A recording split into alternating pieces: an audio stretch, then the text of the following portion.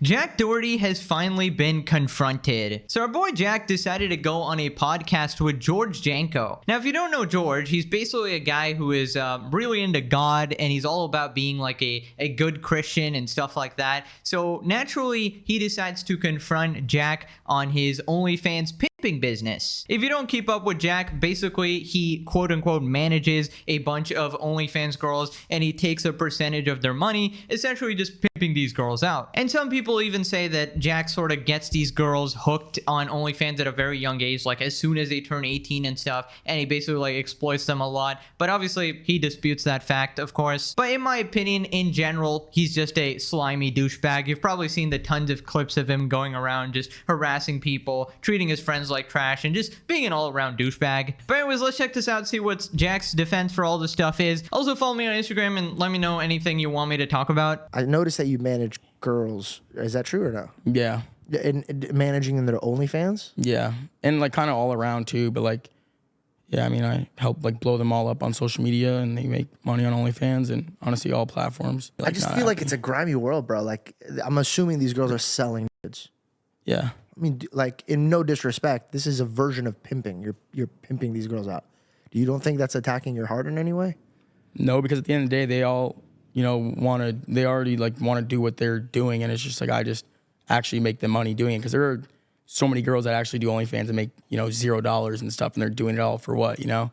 But it's like every girl I work with makes like hundreds of thousands of dollars a month and millions of dollars a year, you know? Of course Jack would think this way, but they're making money. Everything is all right as long as they're making money, because life is all about money, of course. This entire podcast is kind of funny because George is trying to make him feel some sort of remorse, right? Or feel bad for what he's doing, you know, see if this sort of weighs on your heart or anything. Are you morally doing the right action? Do you think you're going to be proud of yourself when you look back when you're older and stuff like that? And it all sort of just goes through Jack's head, you know, in one ear, out the other. And he obviously just doesn't care if anything he's doing is immoral or exploitative, because they're making money, you know, and money justifies everything. It's a very predictable mindset for someone like Jack, whose pretty much entire self-worth revolves around material possessions and showing off your lifestyle. Then George points out that his own ex-girlfriend McKinley was also doing this OnlyFans stuff, and he asks like, oh, were you okay with that? And bro obviously hasn't been watching the Pegasus videos, is not caught up with the lore. Jack is actually ecstatic about that because he's a little cuck.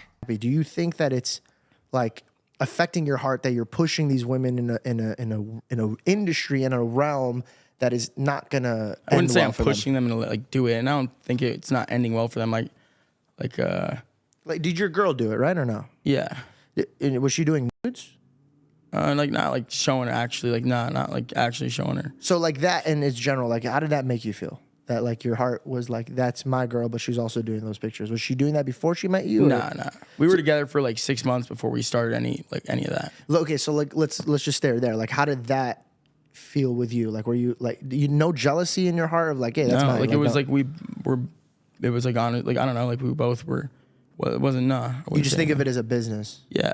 Yeah, that sounds about right. The girlfriend who he claims to love and that he's been crying about for weeks now after the breakup is just business. You know, it's all business to me. It's all about the money. I don't really care about her, bro. It's all about business. But also I love her, of course. Wow, I wonder why you broke up. Almost like you treat her like a money-making machine. And she's obviously using you as well to promote her business and just moving on to the next streamer. But basically, both of you were essentially using each other. So in a sense, you kind of deserved each other. It's just one of you was stupid enough to actually catch feelings when it was obviously a transactional relationship. Also, can I just say, what a weird combo. We got George Janko here, the good Christian, asking him like, oh, is this affecting your heart, Jack? Bro's gonna be like, what the fuck's a heart? Can you sell that? Can it make money? But yeah, in this next part, George actually gives a really good example. He says, would you want your daughter doing OnlyFans?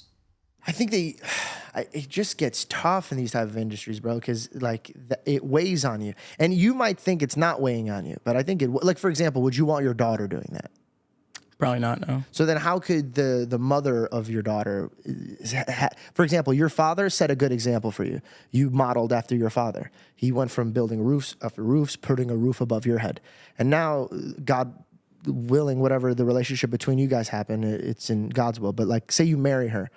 you wouldn't be proud of the fact that your wife was doing that, because then your daughter's going to do that. So if you don't want your daughter to do that, Unless you make enough money to where your daughter doesn't have to do that. I mean, that's the whole goal with all this. So The money, of course. You don't get it, George. It was making me money. I had no other choice, obviously. You know, Jack is kind of like Mr. Krabs in that episode with the Flying Dutchman, where Mr. Krabs sells SpongeBob's soul for 62 cents. That's pretty much Jack with everybody he claims to love. He will just sell them out at the first opportunity as long as it makes him more money. And what a great comparison by George there. Like, if you wouldn't want your daughter to do it, why let your potential mother or your potential wife do it either? You know, his excuse is like, oh, we're gonna make so much money that our daughter won't have to do it. I feel like, you know, you learn from your parents. You know, usually your role model is your mom or your dad. You know, I see how hardworking my dad is, I want to emulate that. I see how caring and loving my mom is, I want to emulate that. And if I see my mom, okay, I'm not even gonna entertain that hypothetical. Holy fucking shit. Also, I don't think Jack is actually being genuine, because when the time actually comes and, you know, suppose he gets a daughter, God forbid this guy procreates or whatever, when the money's in front of him, he cannot refuse it. He'll be like, well, I think I ran out of girls. I gotta pimp out my own daughter, you know, some shit like that. Then George talks about morality with Jack. Place your bets in the comments how this is gonna go. I think you should just clean up things that are morally wrong. I know that you're making money off of these girls selling their nudes, but bro, they have fathers that are just absent. And at the end of the day, bro, when we meet, imagine their absent fathers seeing them do this for only a couple grand a month. And imagine their absent fathers seeing them do it for a couple $100,000 a month. That's where it's I don't like, think okay. that's gonna get them off the couch and head over. You know what I It mean? gets Like, the parents retired. Like they're happy. yeah, but it comes with a price. Right, so Jack obviously has to deflect there, right? Because any sort of serious conversation that makes him take accountability for any of his actions is completely foreign to him. All right, so let's just go over his excuse, right? He was basically saying that, oh, they were going to do OnlyFans anyways, and I just sort of come in and boost their income like a fairy godmother or whatever. Now, first off, just from his accounting of the whole story, that McKinley didn't actually do OnlyFans until she got with him. I don't know, I pointed this out before, but how does every girl that talked to this guy become an OnlyFans girl? I don't know, that's kind of suspicious. All right, he's kind of like Johann Liebert from Monster. You know how he can make people commit suicide just from a conversation with them, and he's like this crazy psychopath genius criminal. Actually, that doesn't describe Jack at all. He's kind of like the opposite, but he has some sort of similar power where he can turn any susceptible girl into an OnlyFans girl or something like that. Then George asks him if he believes in God. Do you believe in God or the universe? Like, what do you believe in? Yeah, I believe in God. Okay, so if you really believed in God, do you think that he's going to bless you with a peaceful heart when you're moving in this direction? Dude, you're collecting money from girls that are doing things that you know you wouldn't let your daughter do. So why would you think that your father, who also is their father, why do you think he would bless you if you're continuing to do this? You already have enough. You already have enough that you could say, hey guys, you know what? Let's scratch the contract. You guys go do what you guys need to do if you want to continue or you don't continue. But these are blood money, and I don't want my hands to be a part of it anymore. I mean, that right there will make you in a direction of peace.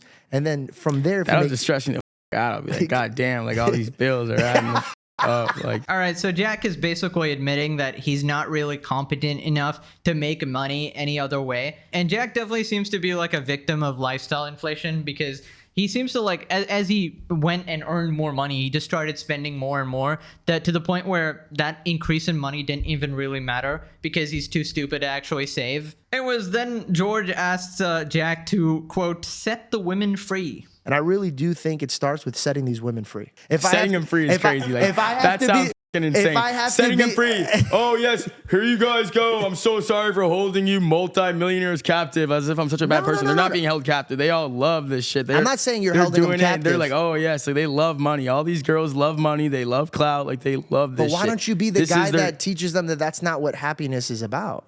I don't know. You tell them that, bro. They love it. Like I'm telling you, like I'm trying to tell their landlord. Yeah, the drug addicts just love drugs, guys. I can't really do anything about it. They just keep consuming my product here. Not my fault, guys. Listen, I obviously think that these girls are pretty messed up in the head, and they probably have their own like issues to sort as well. And they probably do enjoy like the money and attention it brings. And you know, I've pointed out they're pretty messed up in the head using like kids to promote their OnlyFans and shit like that. But obviously Jack here is encouraging it, right? He is part of the problem here. And I don't know what kind of contracts he's signing there, like how much of a cut he's taking, how exploitative he's being. Is he approaching girls at the ripe age of 18 being like, well, you know, you can make $1 million right now. Don't think about getting a job. Don't think about doing anything, you know, valuable to society. Just get right. Quickly get up right on OnlyFans right now. Ruin your life right now. I'll make sure to take 99.99% of the profits though. But don't worry, you'll get some scraps. I feel like in general, everyone's pretty much aware how messed up these sort of like industries are. And it always like sort of escalates, like, you know, from OnlyFans to some other type of content as well. So he's basically getting them into the pipeline as well, which is super creepy and shit. And the thing is, this entire podcast, George is being like so nice to him. He's genuinely trying to help him like a older brother / father figure. And it's just not working on Jack. How I picture your life is a pilot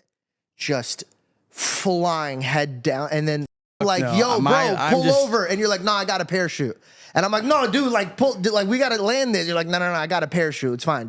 And you're just like fast. That's what I see, bro. And then right before we hit the ground, I'm going right back up. And you see, I told you. And then. Yeah, but how many more times are you going to do that until you're exhausted? That's what life's about. That's what life's about. Yeah, that's what life's about, bro. It's all about being a dickhead on the internet, having absolutely everyone hate you, tossing aside your friends, your loved ones, and everybody for some extra cash and stuff like that. That's life, bro. You don't get it. You just don't get it. I have a supercar. What do you have, you know? Then they talk about the whole driving accident and how, you know, Jack started filming his bleeding friend after the accident instead of getting him to the hospital. Were you the one who was in the car accident? Yeah. Oh, how was that? By the way, what caused that? I hydroplaned. Are you happy that happened because of the press? Or are you like upset? I'm happy that happened in a way where it's like I learned my lesson and the best possible outcome. Like no one got like seriously injured. Like it's like before that I don't know, like, you know, when you're in those cars, like you drive fast and crazy. It's like I'm young. It's like it's kind of hard not to do. So like crashing at that speed was probably the best thing that could happen for me to like just slow down in life and be like, damn, like I gotta just chill out. Yeah, I'd really love to know what sort of lesson you actually learned from that, because last I checked, you were just a massive douchebag, right? You started filming your friend who was bleeding from the face. And yeah, I feel like every situation you just use for more views and try to boost your relevancy and shit like that. And it doesn't matter if your friend's in danger or anything like that. I feel like, you know, he's trying to act all deep, but in the end, he just learned nothing from any of it. Who do you think your audience is right now? Just depends. Like a little, like honestly, a little bit of everyone.